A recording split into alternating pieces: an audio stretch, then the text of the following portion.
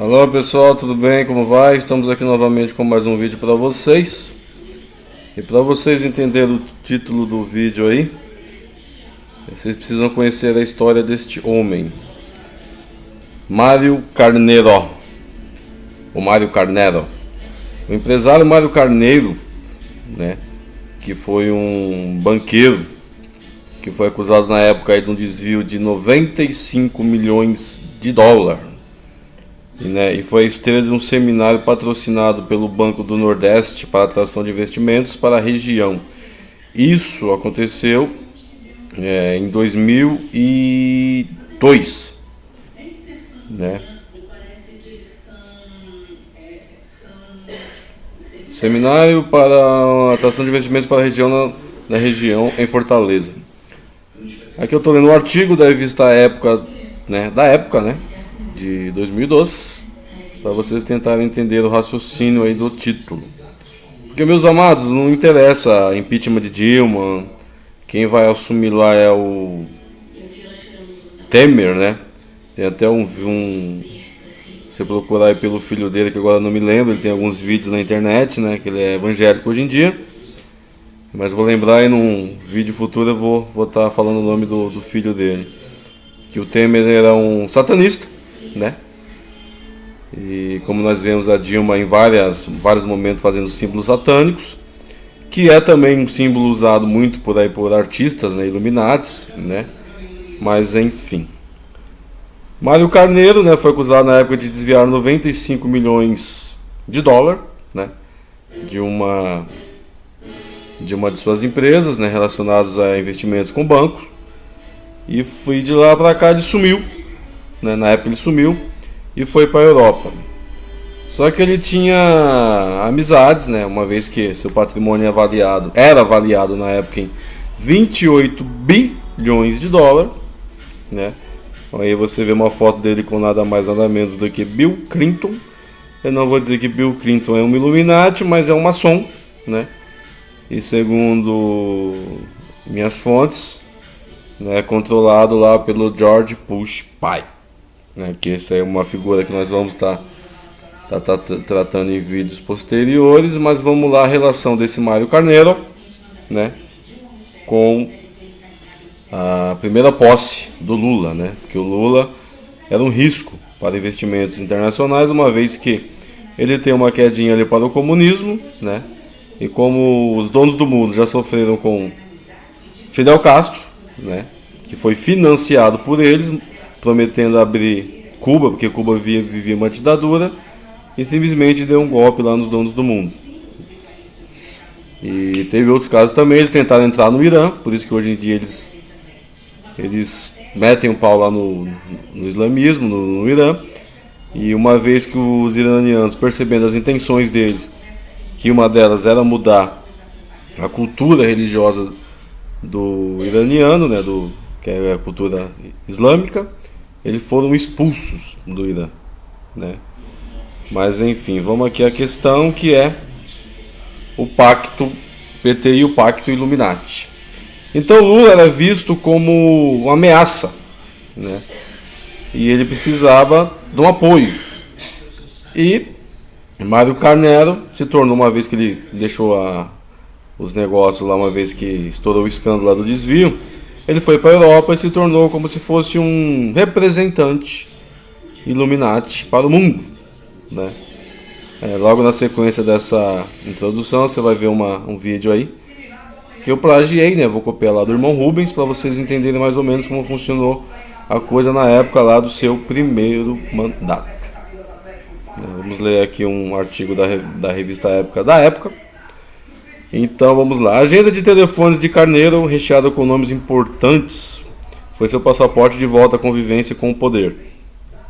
O PT descobriu sua utilidade em 2002, quando Luiz Inácio Lula da Silva já liderava a corrida para a presidência, mas ainda era temido como um anticristo no mercado financeiro internacional.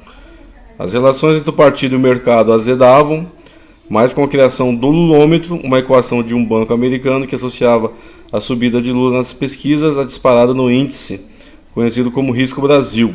Sem ter sido chamado, Carneiro ofereceu-se para aproximar o PT e o mercado e pôs sua rede de contatos para operar. Articulou uma viagem de José Dirceu, né, aquele mesmo que foi preso lá, aos Estados Unidos, que incluiu desde palestras para investidores do Banco Morgan Stanley até visitas a gabinetes de altos funcionários em plena Casa Branca.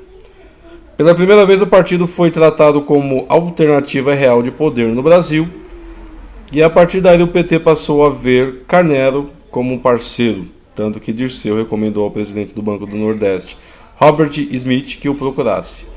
Lula e Carnero se conhecem desde que o presidente era um jovem sindicalista em ascensão e o ex-banqueiro comandava a Volkswagen, empresa essa que Lula pregava contra, né?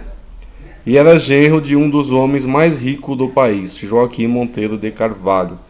Embalado por esse relacionamento antigo, pelo sucesso da viagem que organizou para Dirceu, Carnero chegou a sonhar em ser nomeado embaixador de Lula em Washington. Não levou o cargo, mas conquistou o acesso ao Palácio do Planalto, né? Acesso livre e restrito. Assim como tinha guiado petistas ao capitalismo americano, Carnero passou a trazer investidores para conhecer o governo brasileiro.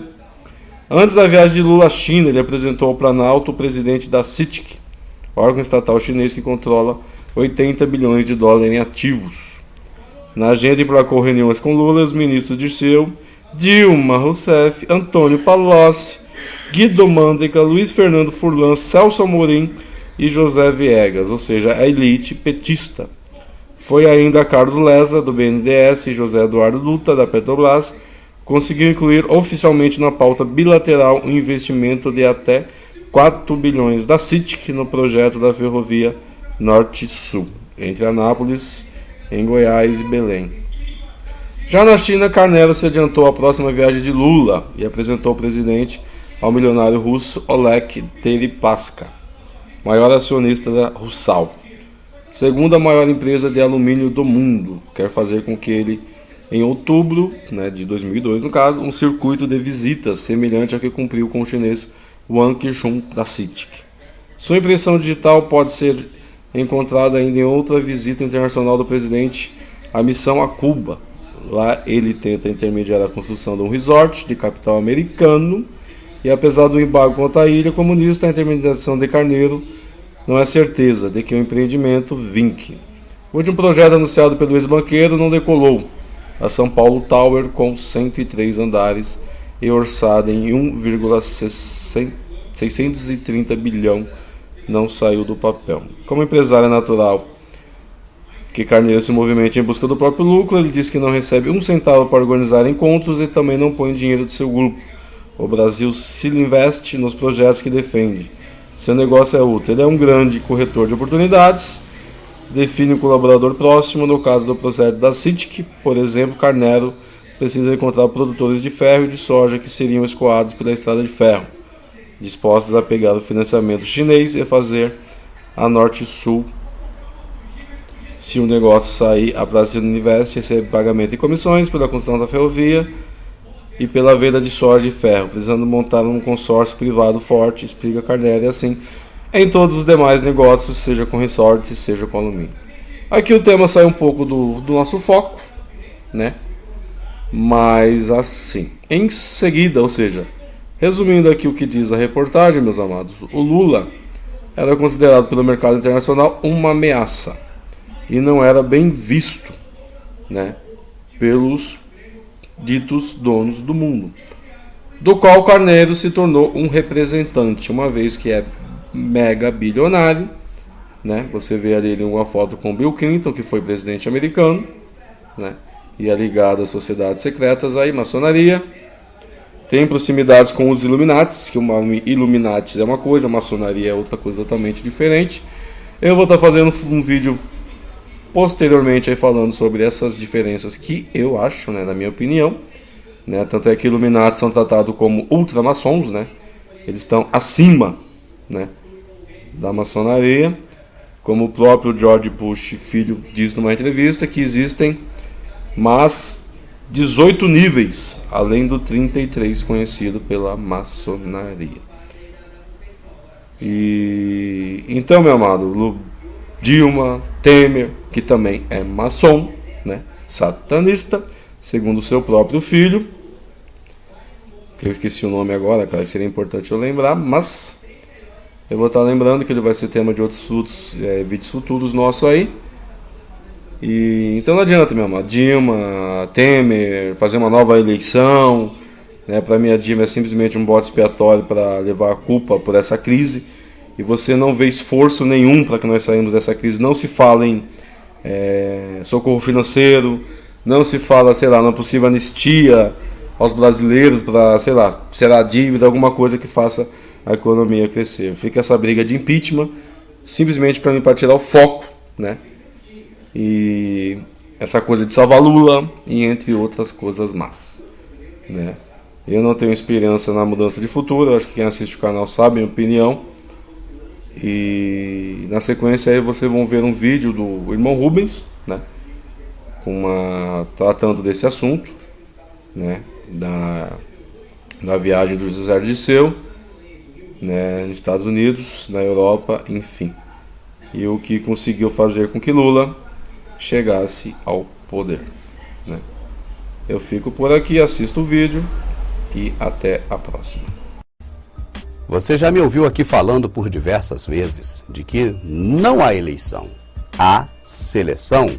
E que os senhores do mundo, com sua batuta, rege a orquestra dessa eleição em todos os países que estão sob o seu domínio, inclusive o Brasil. Pois bem, nós já falamos aqui também que Lula, o presidente da República, ele não era, na verdade, o escolhido, o selecionado aqui no Brasil.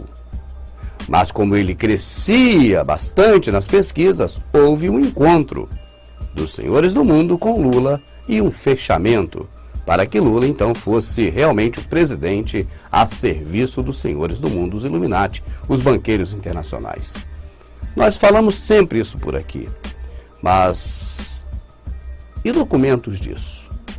Se procurarmos um documento assinado por eles, um contrato feito com Lula, nós não vamos encontrar, porque na política não se faz contratos desse tipo. Apenas se olham olho no olho ou olhos nos olhos e se aperta a mão. Esse é o compromisso. Na política é olho no olho e aperto de mão, em muitas das vezes que se faz um acordo político.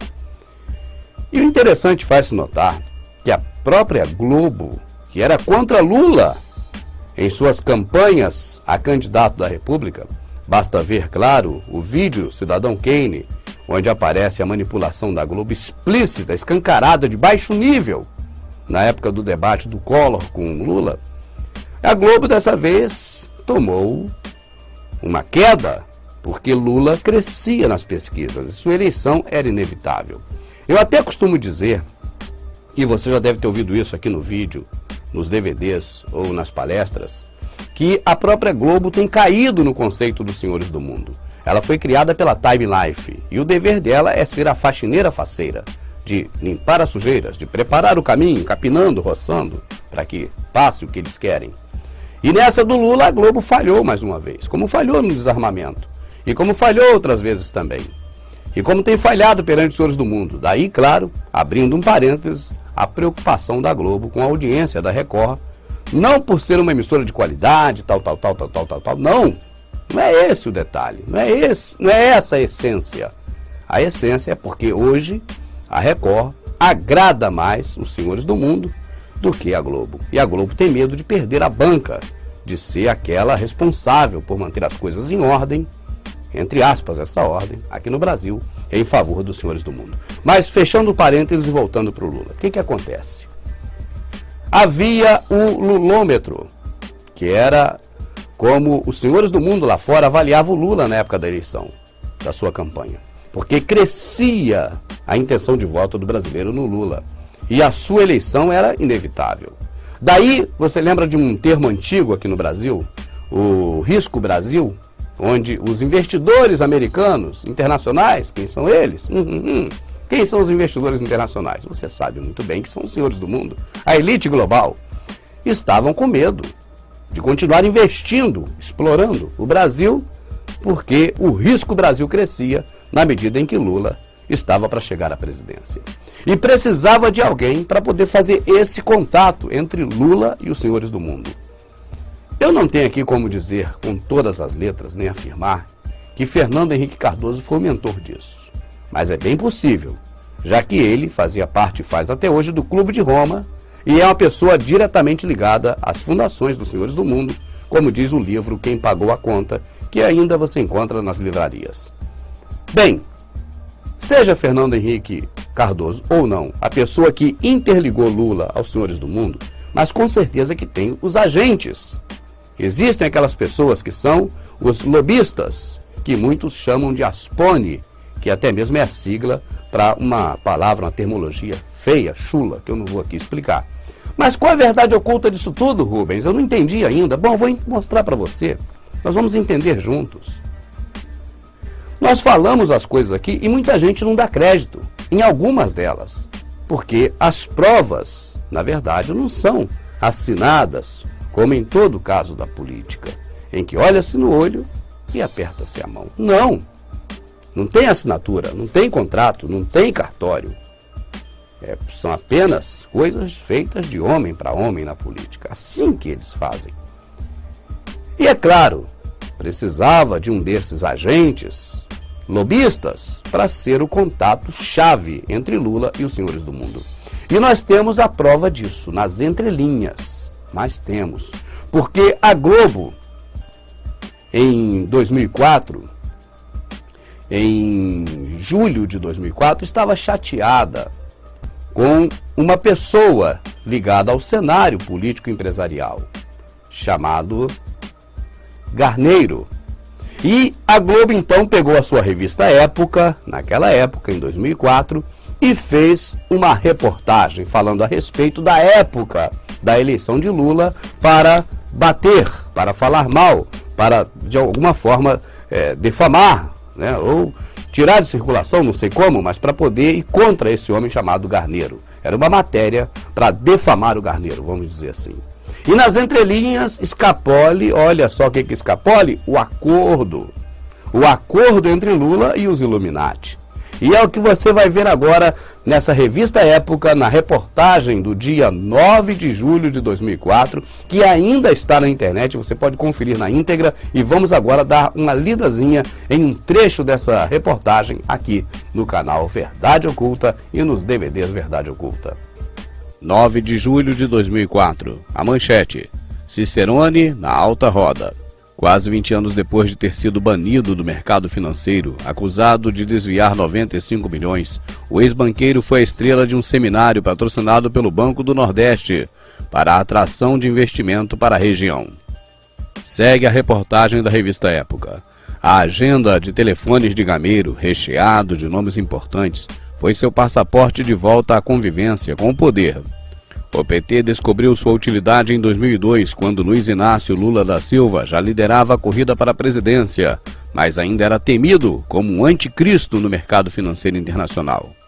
As relações entre o partido e o mercado azedaram mais com a criação do Lulômetro, uma equação de um banco americano que associava a subida de Lula nas pesquisas à disparada do índice conhecido como Risco Brasil.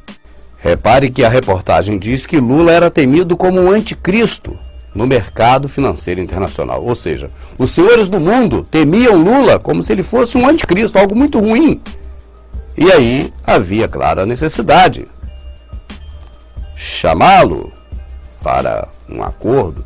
E aí Garneiro entra em ação. Garneiro ofereceu-se para aproximar o PT e o mercado e pôs sua rede de contatos para operar. Articulou uma viagem de José Dirceu aos Estados Unidos, que incluiu desde palestras para investidores do banco Morgan Stanley até visitas a gabinetes de altos funcionários em plena Casa Branca. Segue a reportagem. O maior ativo de Garneiro é o acesso fácil a gente que tem muito dinheiro e poder. O que sobrou do Brasil Investe é pequeno, mas o conselho da administração é composto de nomes como George Bush pai, o russo Deripaska, o banqueiro Nathaniel Rothschild.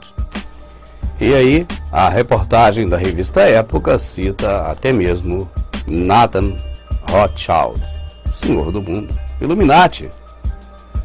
E para poder defamar de alguma forma ou denigrir a imagem desse carneiro, desse homem, a Globo acabou nas entrelinhas dando uma informação preciosíssima e demonstrando que realmente aquilo que nós falamos tem provas. Lula fechou com os Illuminati já naquela época e por isso é hoje o garoto propaganda da nova ordem mundial.